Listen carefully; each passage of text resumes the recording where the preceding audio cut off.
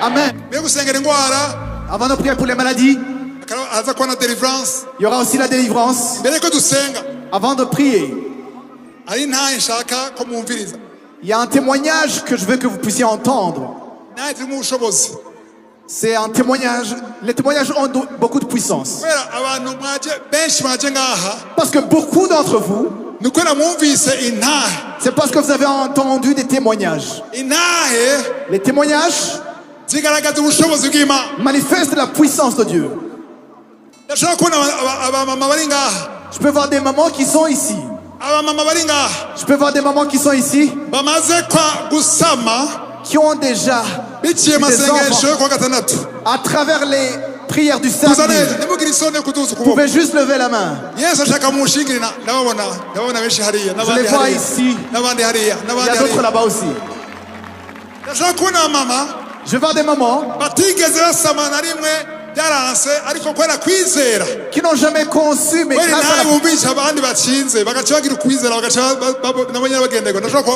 après par la foi des autres qui ont conçu, ils ont donné naissance. Amen.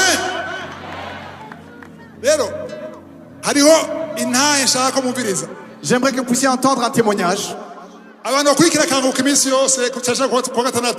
Surtout le samedi, ceux qui suivent Kanguka.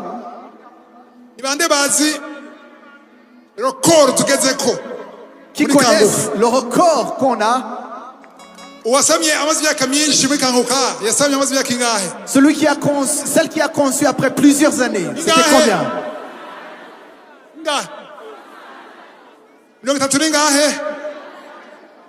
36 ans. Elle avait passé 36 ans sans concevoir. Elle n'avait jamais conçu. Et après 8 ans, elle avait déjà eu la ménopause. Elle a conçu.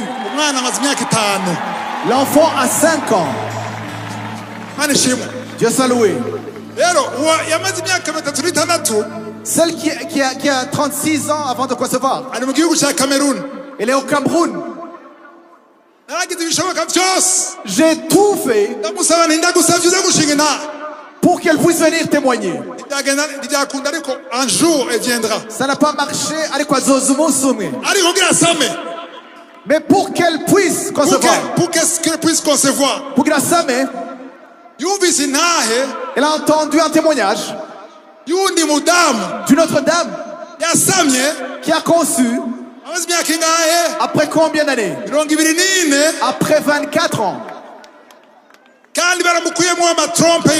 on avait enlevé les trompes. Qui a entendu ce témoignage?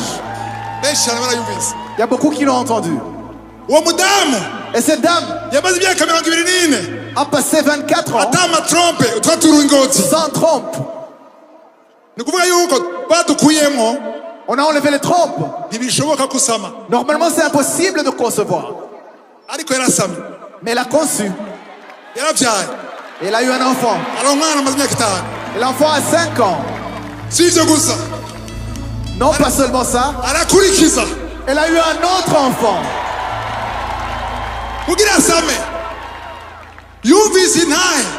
Elle a entendu un témoignage d'une autre dame qui a conçu après 20 ans.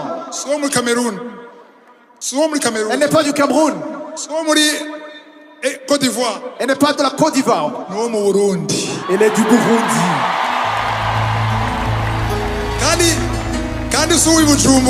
Elle n'est pas de Bujumbura. Elle est de Karuzi.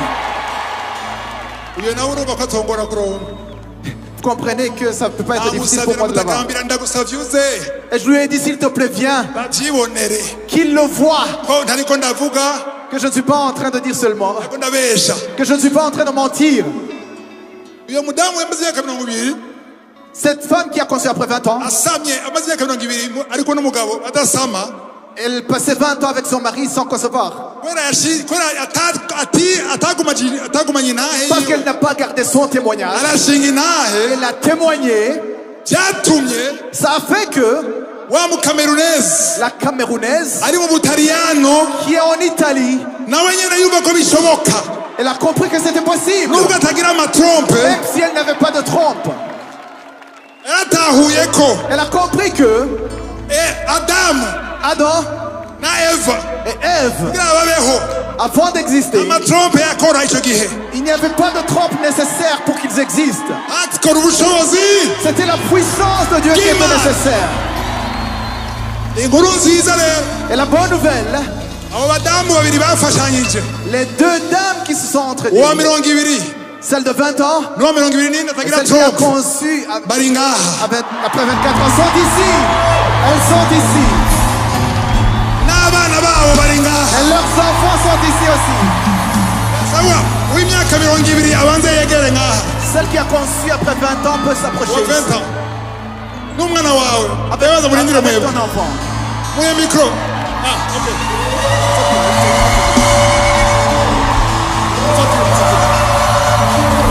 mwana wawe naze L'enfant peut venir. Ingo Agaranga Alléluia Igitangaza makibonye Vous avez vu le miracle? uyu ni igitangaza C'est ça, c'est un miracle. Alléluia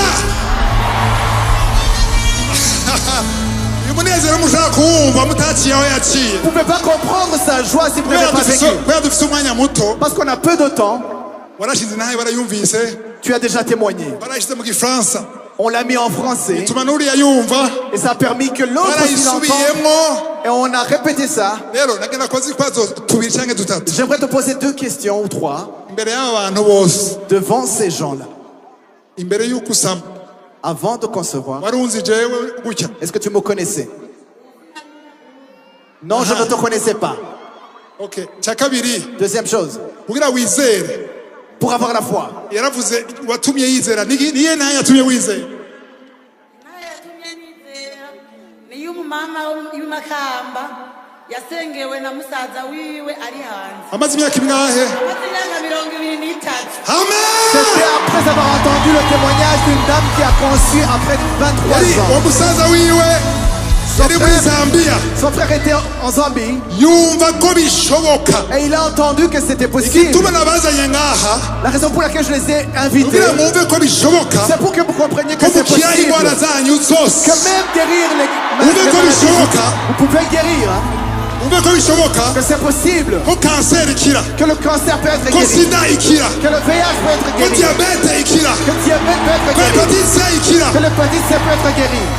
n'abadamu bari ngaha Et les dames qui sont ici, bafite abagabo qui ont des hommes, umenye ko des époux, ibyamushikiye sachez que ce qui est arrivé, birashobora gushikira ça peut aussi arriver dans ta vie. ikibazo kinashaka kubaza Autre question. igihe wamenya ko wasamye Quand tu as conçu, quand tu as compris que tu allais être conçu, umutware wawe yabifashe gute comment l'a pris ton mari? umutware wanje amaze kumenya ko nasamye yaranezerewe cyane nawe Mon mari était dans la joie yabonye nanje yuko imana igize nk'abandi bavyeyi et il a compris que tu as fait de moi une mère. amen Amen. iki ni igitangaza cya mbere Ça c'est le premier miracle. abamwumvise muramubonye Ceux qui l'ont entendu, vous l'avez vu. imana ishima Dieu soit loué. asiye ngahe umunani azokwiza imyaka 6 wumvise ko ubundi L'enfant yakurikije va nawe avoir 6 uzokurikiza ans. nawe uzokurikiza Il faut avoir un bijanye autre ukwizera kwawe par ta foi. niba agumbugisha wa Que kabiri je te naze bénisse. 24 ans sans trompe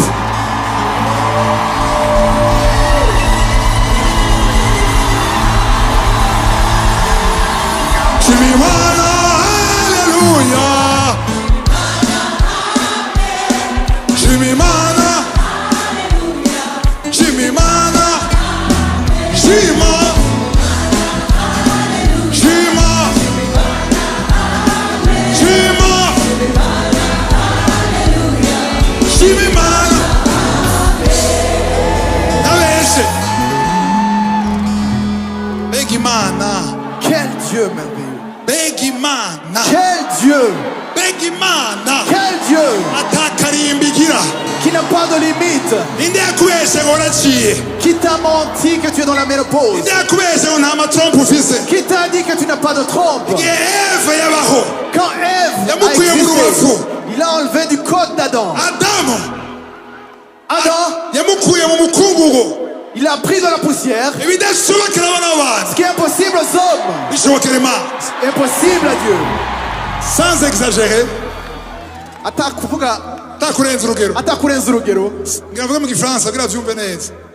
Je vais parler en français. Sans exagérer. Cette dame, le témoignage de cette dame de 24 ans sans trompe a produit des centaines d'enfants à partir des femmes stériles. Rien que dans Kanguka, on a presque plus de 50 témoignages. Ce que moi j'ai entendu personnellement. Les francophones, ceux qui parlent en Kirundi, souvent ils mentionnent, j'ai entendu la femme qui a conçu après 24 ans sans trompe. Et j'ai supplié cette dame, je l'ai cherché. J'ai demandé, est-ce que tu peux avoir l'audace, le courage de venir témoigner devant le monde? Et je vais parler à son mari au téléphone, il est en Italie. Et son mari m'a dit, je valide. Que Dieu te bénisse. Je sais qu'il va voir ça. Amen. Alors, 2 ou 3 questions. Dites-nous comment le docteur t'a dit. C'est une dame. Et t'a dit que tu ne peux pas concevoir. Le docteur avait dit que je ne pourrais jamais accoucher. Et quand tu as accouché, quand tu as conçu, je l'ai envoyé le message pour dire que j'étais enceinte. Et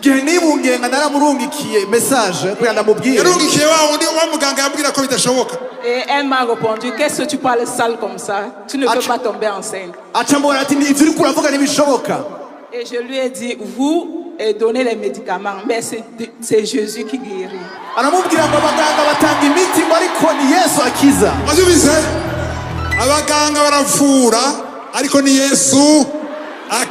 Les médecins soignent, mais Jésus-Christ guérit. Cette dame que vous voyez, on a enlevé les trompes sans même la prévenir. Elle a compris quand elle est allée consulter un autre médecin.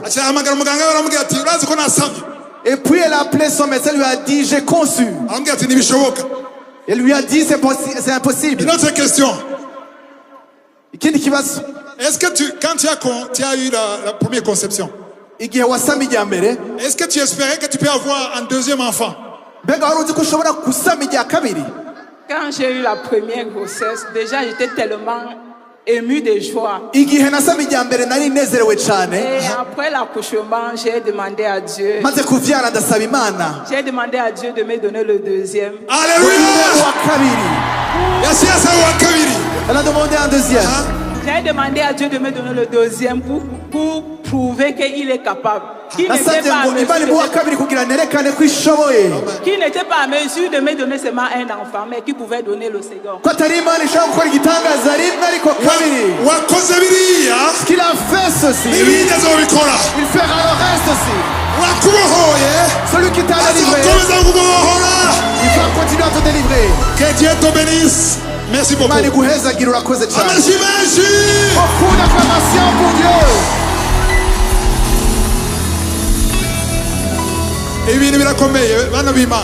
C'est très puissant. Ceux qui ont entendu les 2 témoignages. Celle de 24 ans a entendu celle de 20 ans. Et celle de 36 ans a entendu celle de 24 ans. Amen. Alors si tu entends ces choses et que tu n'as pas la foi, tu as besoin d'une délivrance. Ce sont des paroles qui manifestent la puissance de Dieu. Je ne connaissais pas ces dames, mais je l'ai entendu, j'ai rendu grâce à Dieu. La bonne nouvelle, c'est que dans peu de temps, la puissance va descendre ici.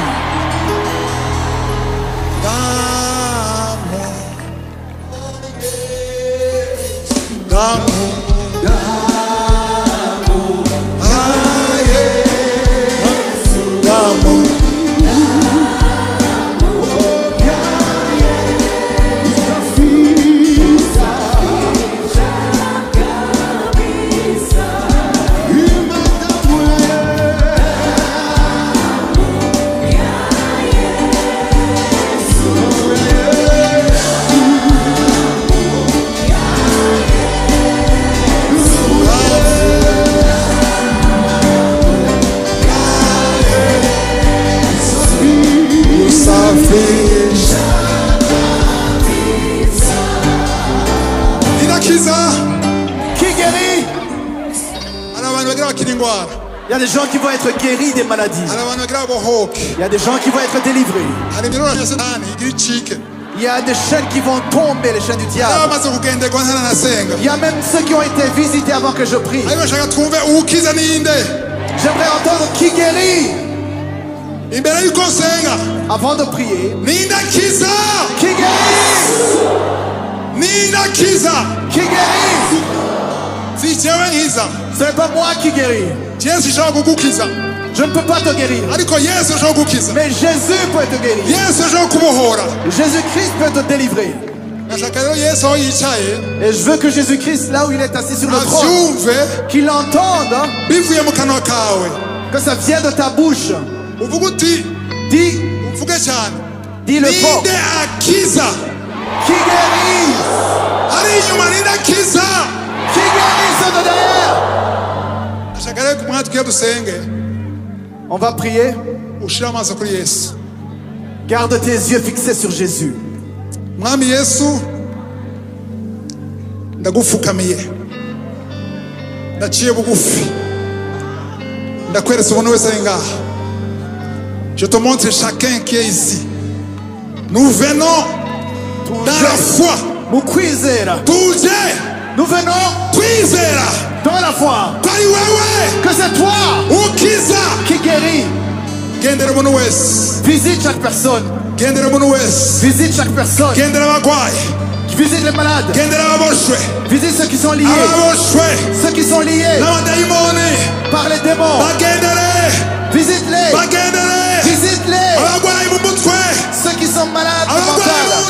Ceux qui ont mal au ventre. Ceux qui ont mal à l'estomac. Ceux qui souffrent des jambes. Ceux qui ont des AVC. Visite-les. Commence à prier. Visite la main. La main.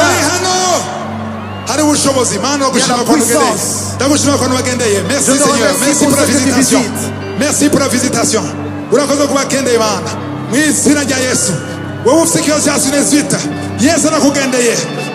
Ari umuntu yumva inoze ashaka kudahwa iyo minyororo y'agati ya Satani, minyororo karande, les liens ancestraux.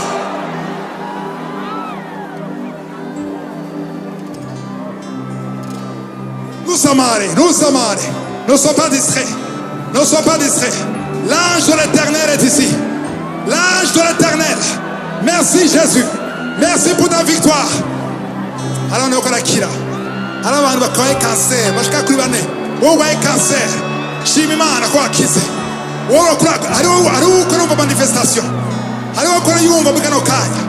Arakoze ma, arakoze kubagendeye. Mu izina rya Yesu. Hari abadamu benshi bashaka urubyaro. Fatakunda, wizere. Touche le ventre et la foi. Ce qui est impossible. Ce qui est impossible aux hommes est possible à Dieu. Alléluia. Ijyananiranye. Umaze imyaka 10, abarenga imyaka 10, hari abakora bohoka. Hari abadamu babivuyemo, babihevye. Ariko ni izere ubushobozi ukugendegwa. Hari ubushobozi ufite hypertension. Mu izina rya Yesu, diabete, wowe witwa diabetike, uva ngaho wakize. Mu izina rya Yesu, abadamu bashiki bakoze imyaka 20 irenga, 22, 23. Senga, nuceceke, senga, ugura akanwa, mubwire Yesu, mubwire, Mana urakoze, wowe baboshe, umuryango wawe barakuboshe, ibyo ukora byose, nta kintu na kimwe gicamo, imigozi icike. Haleluya, urakoze Mana. Hari umuntu akorwa manifestation muri wose. Urashaka gucira, urashaka kudahwa byanga, mu izina rya Yesu, kuguru kwawe, wowe udashaka gutambuka, haguruka utambuke, tambuka, mu izina rya Yesu izere, urwasengera umuntu mu bitaro, izere ko umuntu yakize, Yeshua, Yesu, par tes maîtrisures, nous sommes guéris. biciye mu mishagu yawe bwaronse gukira. Tu as porté nos souffrances. Tu t'es chargé de nos douleurs. Tu as porté. Tu as été blessé pour nos péchés. Wakomeretse kubyaha kw'ibyaha byacu. À cause de nos péchés. Tu as été brisé à cause de nos iniquités. Urakoze Mana. Ndagushima kubushobozi bwawe.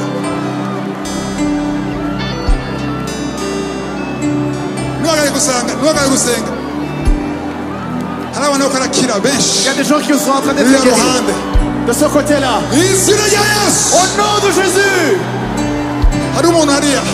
Il y a une personne là-bas. Yamuhemu y'urupfu. Yamuhemu y'urupfu. Cet esprit de mort. Alléluia. Ndagushima Mana kumubohoye. Uriya Je te remercie parce que tu le délivres. umutware umusengere. Hari abantu benshi bari délivrer. Beaucoup de gens sont en train d'être délivrés. Urakoze kubohoye Mana. Abantu benshi hariya. Beaucoup de gens. Wewe ugenda ku mupfumu. Uve ngaho ubohose. Hypertension, intestin, indwara zo mu nda nyinshi ziko zirakira. Wowe mu nda fata kunda. Toi qui es malade, toi qui souffres du ventre, touche-la. Touche ton ventre. Estoma yawe ni iherezo.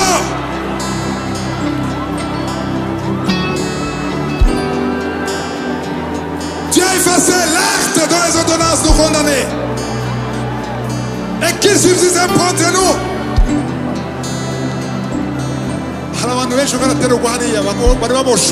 y a beaucoup de gens qui étaient liés là-bas. Au nom de Jésus.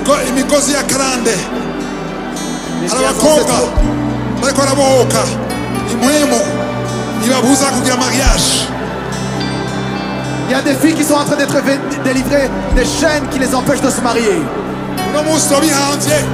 Aujourd'hui, on enterre cela. Au nom de Jésus. Toi qui avais des béquilles. Si tu as la foi qui a la puissance, commence à marcher. Marche. Et la foi. Ouvre ta bouche. Ouvre ta bouche. Ouvre ta bouche. Et confesse le nom de Jésus. Cancer du sein. Cancer du sein. Fuis. Au nom de Jésus. Cancer du prostate. Fuis. Au nom de Jésus. Esprit de suicide. Esprit de suicide. Je t'ordonne. Il y a la puissance. On a reçu la puissance. La puissance de marcher sur le serpent et le scorpion. Et sur toute domination de Satan. Sors. Cet homme, ce jeune, a été lié dans sa famille. Je déclare au nom de Jésus.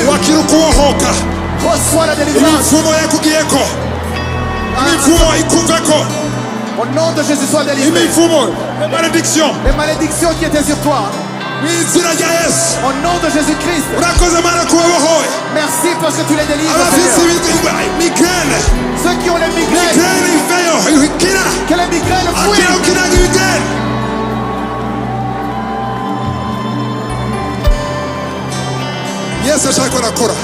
Jésus est en train d'agir. Dis, quand tu seras en train de visite-moi aussi.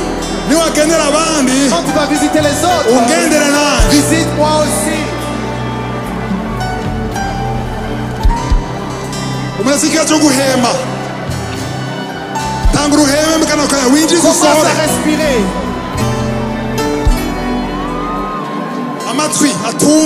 Les oreilles qui n'entendent pas. Touche ton oreille si tu n'entends pas. Sois délivré au nom de Jésus. Reçois la délivrance. Les yeux qui ne vont pas. Aujourd'hui, sois délivré.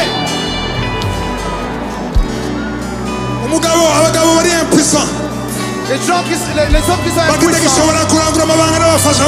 qui ne peuvent plus s'unir avec leurs épouses. Il y a une puissance qui est ici. Au nom de Jésus. Il y a ceux qui ont mal au dos, qui souffrent de dos, qui guérissent. Et la foi.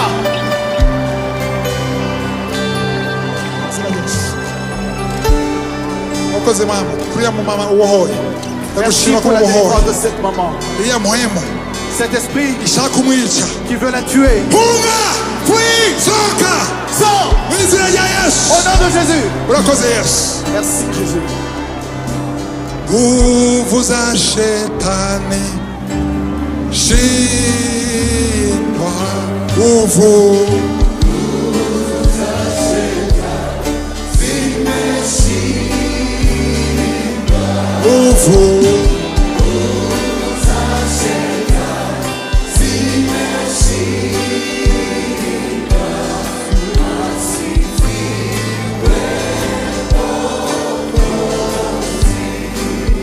damu, damu, damu ya Yesu, damu, damu ya Yesu,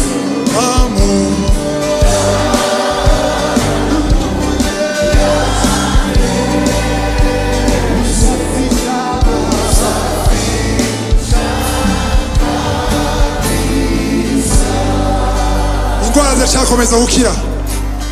Vous êtes en train encore d'être guéri. Il y a encore la guérison des maladies. Il y a ceux qui avaient la constipation, qui avaient les hémorroïdes, ceux qui avaient des cauchemars, des cauchemars, des maris de nuit, des maris de nuit. Sortez! Au nom de Jésus. Alléluia. Il y a beaucoup de gens qui sont délivrés. Non pas seulement ceux qui sont en train d'être déplacés. Non pas seulement ceux qui sont en train d'être portés. Il y a ceux qui sont guéris. Il y a ceux qui ont des manifestations. Il y a ceux qui n'en ont pas eu. Il y a ceux que j'ai mentionnés. Il y a ceux que je n'ai pas mentionnés. Mais par la parole de Dieu. La parole de Dieu ne vient pas en vain. Elle ne peut pas retourner chez le Père sans faire sa volonté. Alors, même si tu n'as pas eu la manifestation, si tu as de la foi, tu as été visité. Vous avez compris? Même si je n'ai pas mentionné ta maladie, mais si tu as la foi, tu as été visité. Même s'il n'y a pas eu de manifestation en toi, mais si tu as la foi, tu as été visité. Dieu soit loué. Alléluia. Amen. Tu as la foi qui a été visité.